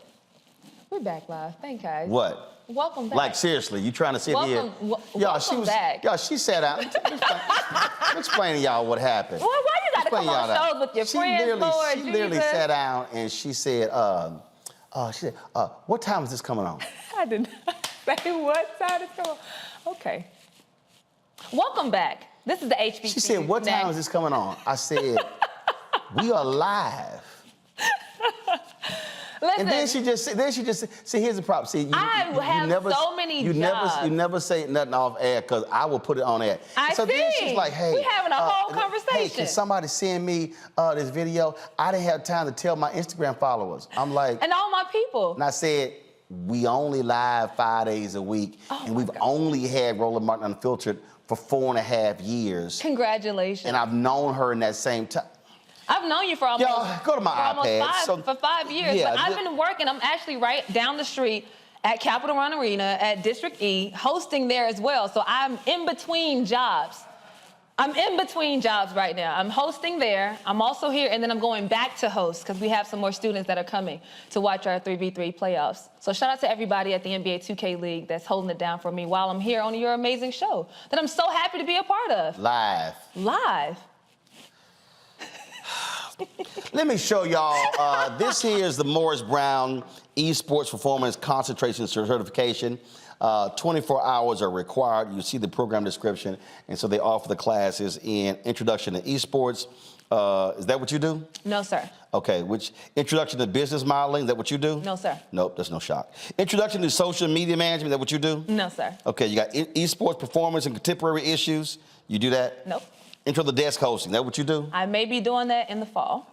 But okay, Introduction to Team Management. There I go, that's me. Okay, first of all, so like what team management? So intro to team management, there's different teams in esports, right? Got it. And you have to learn how to plan flights, how to plan events. So my students, what I did with them, I was teaching them and then actually taking them to different arenas to show them how they can be a part and how they can build these teams. But you ever had an esports team? Have I had an esports team? Right. No, I have not. Gotcha. Have I had to manage one? Right. Like, and help them? Yes, I have. Oh, how many players were you managing? Not players, just the whole entire thing. Oh, really? Like getting ideas, trying to figure out how we're gonna do this event, how we're gonna do that event. Yeah. Okay, all right. Come on, you want to quiz me? Come on, let's do it now. I'm gonna go toe for toe with you. No, come on. No, you can't. Come on, okay, Roland. Intro to Television Production and Esports Career Planning Capstone. All right, let's go. We have questions from our panel. Let me see, out of the three of y'all, Matt, Michael, and Kelly, let's see, who likely spends a lot of time as a grown-ass person playing you know, games? Don't do them like that. Oh, it's probably Matt. It's probably Matt. You never know, it could be the young lady. It's probably Matt. Matt, is that you? I mean, Matt really a part-time lawyer. Oh. But yeah, he really a part-time lawyer, and most of the time he playing video games. All right, Matt, what's your esports question for Christina? Here's my question, Christina. First off, why you come on a show where somebody do you this bad? But here's my question for you.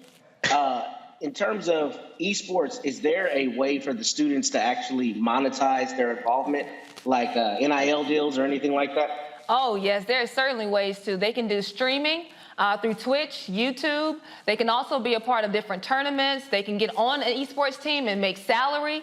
There's prize money. There's so many different ways that they can monetize being a part of esports. All right, let's see here. Kelly, what games do you play? And don't say Miss Pac-Man. How about Angry Birds? Hey, that's a good one. Candy Crush. Oh, Lord. Okay. Yeah, and see the Kelly, what's your question? My question is, as I hear an echo. My apologies. Don't worry about it. You're fine. You're fine. Go ahead. So my question is regarding esports in general. Like you did allude to that you don't necessarily have to be an esports player to be in esports, and you used yourself as an example in being a host for esports events. Can you talk about and expound upon the other careers you can make within esports that would make this kind of major viable to students? Oh my goodness, there's so many different careers in esports, not only just being a host, but if you want to be a video game developer, an app developer, there's so many different ways. Matter of fact, we need lawyers, we need attorneys, we need medical assistants. There's so much in esports. There you go, Matt. You can stop playing games and be a lawyer. Go ahead, I'm sorry. Continue to play in video games, but also then that's the way for you to relate to the players when you're working with them. Esports is a world to where you can literally be anything in the outside world inside of the esports world. So it's super important that people understand you don't have to be a gamer. Even if you just only play Candy Crush or Angry Birds, you can still be a part of the esports space and then make some very, very good money. I have told my students so many times, it's like, how do you fly everywhere? And it's because I've been afforded the opportunity to be in a space, in a world of esports, to do exactly what I love to do, and that's entertain, encourage, and empower people to get in where they fit in. Actually, she flies everywhere. Actually, she flies everywhere because she's a flight attendant. I'm a flight attendant now. What else do I do? I am Jamaican. I know I got like 12 jobs, but what else do I do? Right. Matter of fact, somebody in the group chat said she looked Kenyan. I look Kenyan? That's somebody in the group chat said. Oh, my goodness. That's my group chat said. Okay, group chat. She's not Kenyan. She's from Atlanta. I'm Jamaican. I'm from Florida. Oh, You from Florida? I am from Clewiston, Florida, the sweetest town in America. Clewiston, Florida. That's where I'm from. Never heard of that town. You gotta look it up. Yeah. You all like, what's that near? Michael, what's your question? All right. Thanks, Christina, for this information. So I'm a Gen Xer. I don't play video games. I'm busy doing research and teaching history classes. But you lying.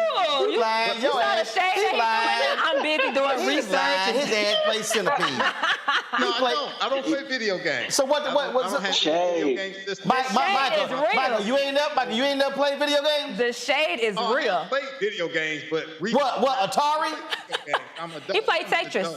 What you play? Atari? No, back in the day, you know what? Nintendo.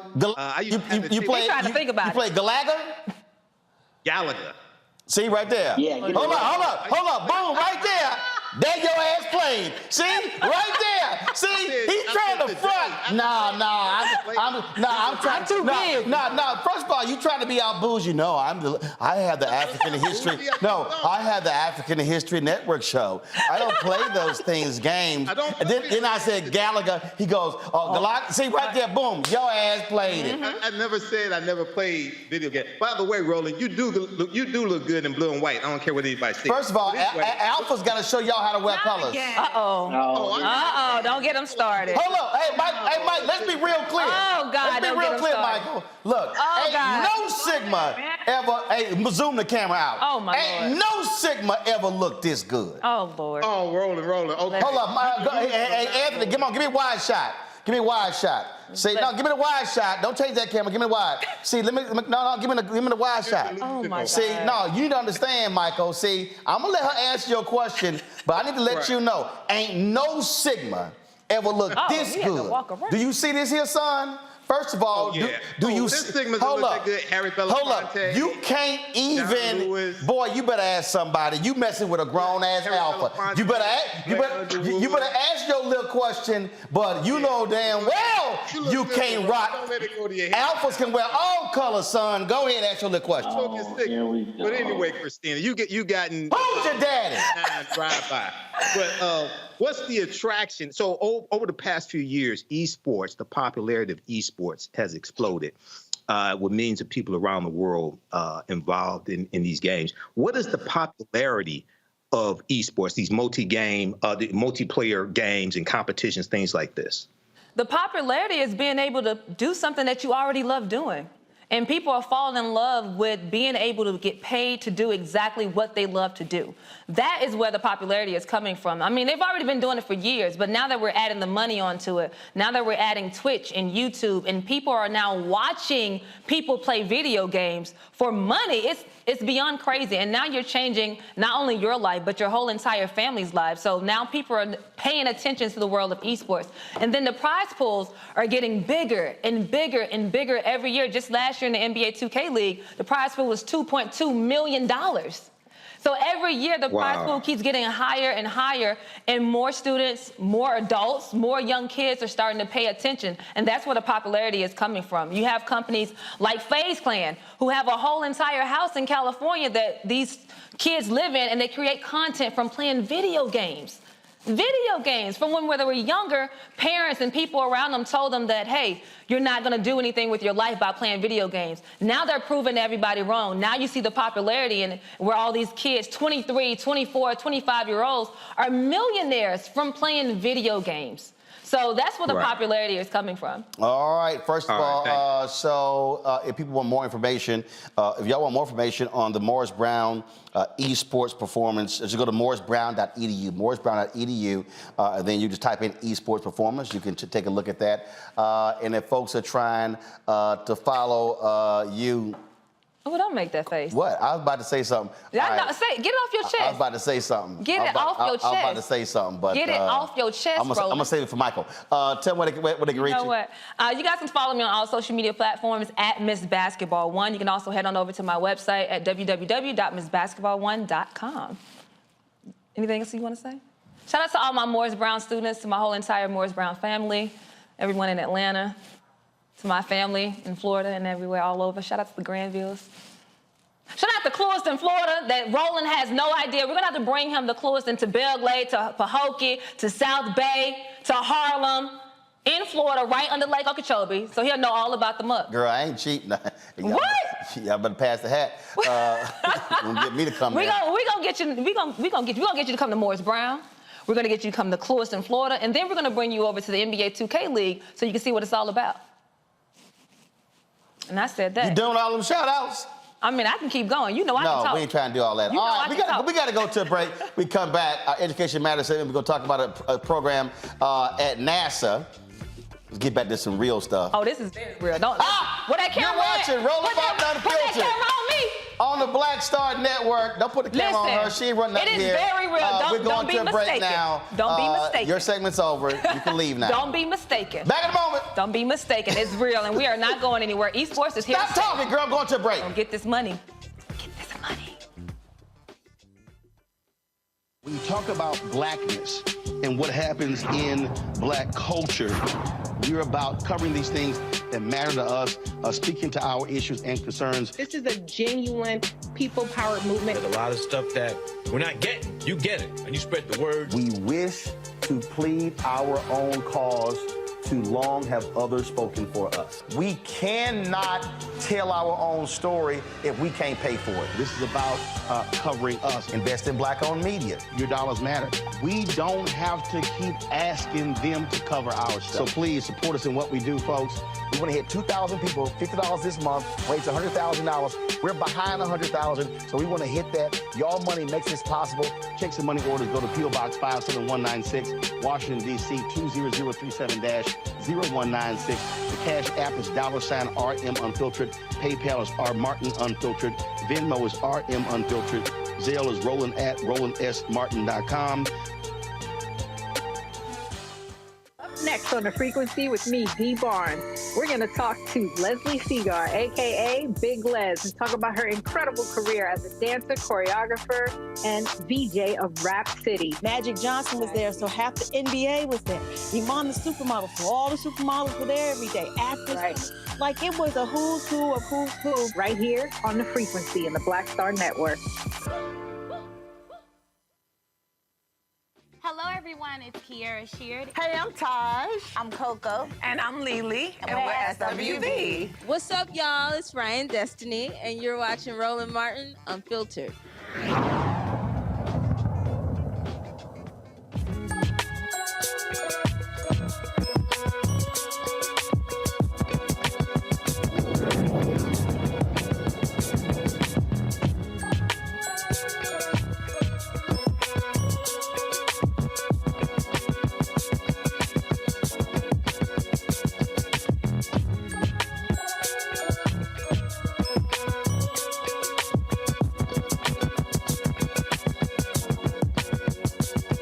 Folks, NASA has awarded nearly $12 million to 8 HBCUs for the new Data Science Equity Access and Priority in Research and Education Opportunity. Damn, that's a long title. The funding will enable HBCU students and faculty to conduct innovative data science research that contributes to NASA's missions. Tori Johnson, the Minority University Research and Education Project Manager from NASA, is here to explain how NASA DEAP initiatives work. First and foremost, Tori, glad to have you. Man, that's too damn long. We got to shorten that title. Man, y'all government folks come up with some long names. We like our acronyms at NASA, Roland. You ain't lying. Long acronyms. All right, so people listen like, I don't know what the hell does all that mean? What are y'all doing? Break it down, as Joe Madison said, put it where the goats can get it. Certainly. It's good to be with you, Roland. Really, the essence of what DEAP is all about is ensuring that this next generation of explorers our young men and women at our historically Black colleges and universities have an opportunity to be part of the process of data science. And so part of our program at MUREP, the Minority University Research and Education Project, we're focused on aiding those communities underrepresented and underserved in STEM and making sure that they have a seat at the table as it relates to this new wave of technology and information research. All right, so what is this money going to do specifically for the students, and how many students are you trying to reach? Yeah, that's a great question. So these awards were just made to the 8 HBCUs that you mentioned. Those similar: Bethune-Cookman, Fayetteville State, FAMU, Morgan State, North Carolina A&T, Prairie View, and North Carolina Central. These schools are awarded up to $500,000 a year for 3 years to build their infrastructure and institutional capacity and research. So how do they get stronger on their campus? How do they build up their labs and their technology so that they can ultimately aid these students in being successful? They can do this through internships, fellowships, but also getting them engaged in the real hands-on work, working with our NASA scientists and engineers. So go to my iPad, Anthony. So this is the NASA press release right here, and the different schools are doing different things. So for instance, for Bethune-Cookman, the project will establish a DEAP institute focusing on machine learning-based development of a virtual constellation of satellites that will capture changing water levels from events such as storm flooding to multi-decade timescales such as sea level rise. And then, of course, there's FAMU and other schools. So did the universities specify what they wanted the money for, and that's why the different universities have different areas of emphasis? Absolutely. That's a great point. So it's a competitive process whereby we as a federal agency put out a request for proposals via solicitation. And so we put this out so that schools, in this case, minority-serving institutions, predominantly Black institutions, and HBCUs are able to propose how would they respond to this solicitation. And so, as you mentioned, Roland, we've got things related to climate impacts, water research, sea level rise, flood detections, and how to better prepare ourselves for natural disasters. And so we believe that the utilization of open data, meaning free data resources, and teaching and training our colleges and universities on how to access this data to better equip their communities. All right, don't have much time. Quick questions from each panelist. Let's see here. I'll start with, she probably, oh my God, with the buoy. Kelly. Yes, I went to Bowie, but I'm looking at the list of HBCUs selected, and I was just wondering what was the criteria for them in being selected, and are there any plans to expand that list of HBCUs so that more HBCUs can have this opportunity? Trying to get some money for her school, Bowie State, but go ahead. Absolutely. Absolutely. So with it being a competitive process, we were looking for schools that would be evaluated on intrinsic merit. What would be the relevance to NASA? What would be the management plan? We also are focusing heavily on partnerships and collaboration. So who would they be working with? Are they bringing other institutions to the table? And ultimately, what are they doing for students? And as Roland mentioned earlier, looking for those schools that are looking to either expand their curriculum at that particular institution, development of laboratories, and how many students would be able to access the information. Michael. Thanks for coming on, Tori. I wanted to know, what are some of the different types of majors that are being looked at, for, that students are enrolled in now, and they're looked at as good candidates to become part of this program? Sure. So we're looking for students. Sometimes it's a focus on engineering. You might see data analytics. There are a number of programs out at the various schools, but we always say STEM, right? We start with science, technology, engineering, and math, and also understanding that there are interdisciplinary studies that students would be working on. And so we invite them all to participate. Those students at those particular HBCUs that were awarded can obviously check with their faculty and with their professors to see how they can get involved. All right, thank you. Matt? So, Tori, I want to note that Roland wanted you to talk to the GOATs because he's been doing that since he was out at Texas A&M. Here's my question. What happens with the data? Does that data actually be used by NASA, or is that just data that the students are able to access and use for research purposes? It's a both and proposition, so I thank you for raising that. Initially, what we're trying to do is ensure that the HBCUs have access to the data. There's free data that we are downloading from satellites near real time all over the place. And a lot of times what the situation is that institutions are not aware of, one, that the data is available to them, and two, how to access it. And so we're partnering them with our Science Mission Directorate to make sure that they have folks aligned with them and then look at those impacts for their community. So it would also be the research that they're concerned about at that particular HBCU in their neighboring community. Christina? Hey. Question. Oh, I have no questions. I've been over here listening. I thought you were a host. Come on, you got no questions? Oh, Come on, you in esports. We got NASA, HBCU. Well, what I will do, I will ask, is there a way that we can get in contact with you guys to figure out a way we can have this at Morris Brown College? Because we are in the hard reset and we're looking for more things like this to come to our HBCU. So I think what we have to do in a competitive model is, one, say, can we share the work that's being done by these existing institutions? And that's yes. We use webinars and other forums, even have been going on what we call road tours to several HBCUs and minority-serving institutions around the country to share what NASA's doing and what we're doing within the Office of STEM Engagement. So I hope we can engage with Morris Brown College and share some of the opportunities.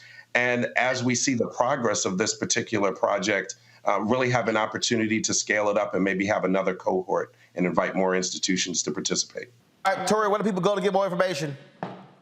They can check us at nasa.gov, and then you can look for the Office of STEM Engagement and MUREP, M-U-R-E-P. All right, we appreciate it. Thanks so much. Thank you very much, Roland. Appreciate the time. Thank you very much. See, Christine, let me help you out. It's the fact that you got your leg crossed Christine, like let me help you out. See, Christina, when you're a three-time Hall of Famer, you got to always be. I'm helping you out. I'm helping you out. How many times and you gonna all say your this? family about to text you. You got to always be ready, Christina. Even when you are a guest on the show, you got to always be ready because you might have to hop in and host the show. You can't don't ever say, I ain't got no question. Well, honestly, I didn't have a question, but I had a question in my heart. But you always have a question. I had a question in my heart. You always have a question ready. I gave him a question ready, and I'm here. See, we're going to bring it to Morris Brown. That's all I know, because we need more students in STEM anyway, so I love that. You might be teaching esports, but I'm teaching television. All right, Kelly. Listen. Where y'all get Kelly, this man Michael, and Matt, whatever hotel you at, playing your video games. I know you travel with your Wii. Y'all just let him sit up here and throw shade all day long? Yes. And y'all come back every week, every day? We're home. Oh, he and I already got into it. I don't play video games. No, hold on. Okay, You play video games now. Don't do us like that now. He still got an Atari. I'm not looking down on people who play video games. Christina, that boy got a Wii. Don't worry about that. All right, Kelly, thanks a bunch. Matt, thanks a bunch. Michael, thanks a bunch. Girl, what? I want to say something. What? We are out of time. What? We are out of time. We're almost out of time. What I just do you want to say want? thank you so much for having me. I know we go back and forth, but I truly appreciate you for having me on your show. I truly appreciate your feedback that you unsolicitedly give. I am so grateful. I am so grateful for you. I'm so grateful to be on your show, and I'm so grateful for all the things that you continue to do for not only Black culture, but for everybody. You are a staple in our community. You are a legend, and I'm so grateful to be on your show, even though you drive me up a wall. So thank you for having me. I don't drive you up a wall. Thank you. That is who you are. You call me. That is who you are. When you need some advice and counsel. Whoa, wait a minute now. You know, doggone. I called you 2 times. Today. No, today. I ain't called you today. I was working. Did. You need me to pull up the call log? Hey, Anthony, go to my iPad. You need to pull up the call log? Anthony, go to my iPad. You need to pull up the call log? Pull up the call log. I didn't call you today. Yes, you did. I called you to say I'm on my way to your show. Oh, right. You see? Christina Granville on the way to the show. See the red part? Go to the messages. That means you called. See, what he don't want to do is get me started. That means you called, I will become petty. Anyway, I'm going to be nice because loving kindness have I No, y'all know my daddy a bitch, so I'm going to behave. No, you're going to be nice because you know doggone well your family going to pick me over you. All right, y'all, listen, we got to go. Again, I'll be at the Howard University graduation tomorrow. President Joe Biden is speaking. It's been moved to the Capital One Arena because of inclement weather. So to all other folks who are graduating, congratulations, folks. I will see y'all on what? What you want? You're going to be with me tomorrow. I'm at Capital One Arena. We're doing the NBA 2K. No, I'm going to be there. And so Lamar Jackson also has a benefit tomorrow as well, dealing with mental health. I'll be dropping by there as well, so I'll check out social media. Yo, I got to go. See what happens when you just invite, you try to be nice to some black people, and just come in here all loud and everything, but it's all good.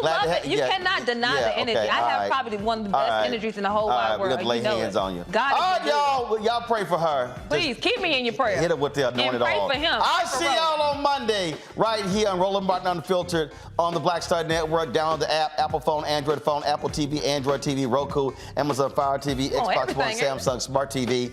Please support the Brina Funk fan club. I need to pay for some counseling after having to deal with this abuse from Christina. Know what? Check your money orders. Go to P.O. Box 57196, Washington, D.C. 20037-0196. Cash App, $RM Unfiltered. PayPal, R Martin Unfiltered. Venmo is RM Unfiltered. Zelle, Roland@RolandSMartin.com. Roland@RolandMartinUnfiltered.com. And of course, be sure to get a copy of my book, White Fear: How the Browning of America is Making White Folks Lose Their Minds. Available at bookstores nationwide, Amazon, Barnes & Noble, Target. Download your copy on Audible. And that's for Christina, because you can't read, you can at least listen. Wow. All right. Shade is real. Oh, come on now. That's how I do it. I still love you, though. That's how I do it. All right. That's for Matt, too. It's okay. It's for everybody. But there's no picture, so he illustrates. It's okay. It's for everybody. We're going to pray. I'll see y'all. No. We got, and like the pastor say, extend your right hand and lay and lay it on somebody. I'm gonna see y'all on Monday. All right, she's still gonna be talking. Hallelujah.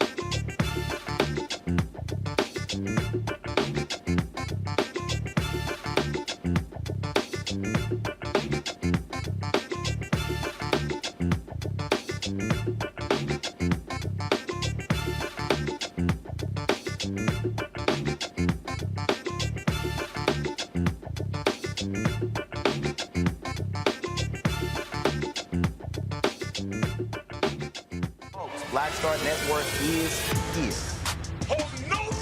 I'm real revolutionary right now. Black power. Support this man, Black Media. He makes sure that our stories are told.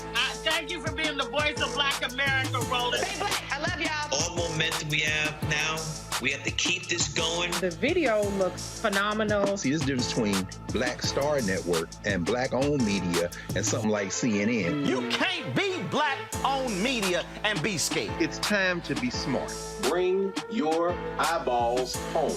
You dig?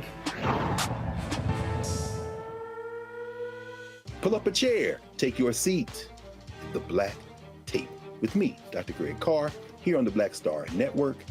Every week, we'll take a deeper dive into the world we're living in. Join the conversation only on the Black Star Network. Hi, I'm Dr. Jackie Hood Martin, and I have a question for you. Ever feel as if your life is teetering and the weight and pressure of the world is consistently on your shoulders? Well, let me tell you, living a balanced life isn't easy. Join me each Tuesday on Black Star Network for A Balanced Life with Dr. Jackie. We're all impacted by the culture, whether we know it or not. From politics to music and entertainment, it's a huge part of our lives, and we're going to talk about it every day right here on The Culture with me, Faraji Muhammad, only on the Black Star Network. I'm Deborah Owens, America's Wealth Coach, and my new show, Get Wealthy, focuses on the things that your financial advisor and bank isn't telling you, but you absolutely need to know. So watch Get Wealthy on the Black Star Network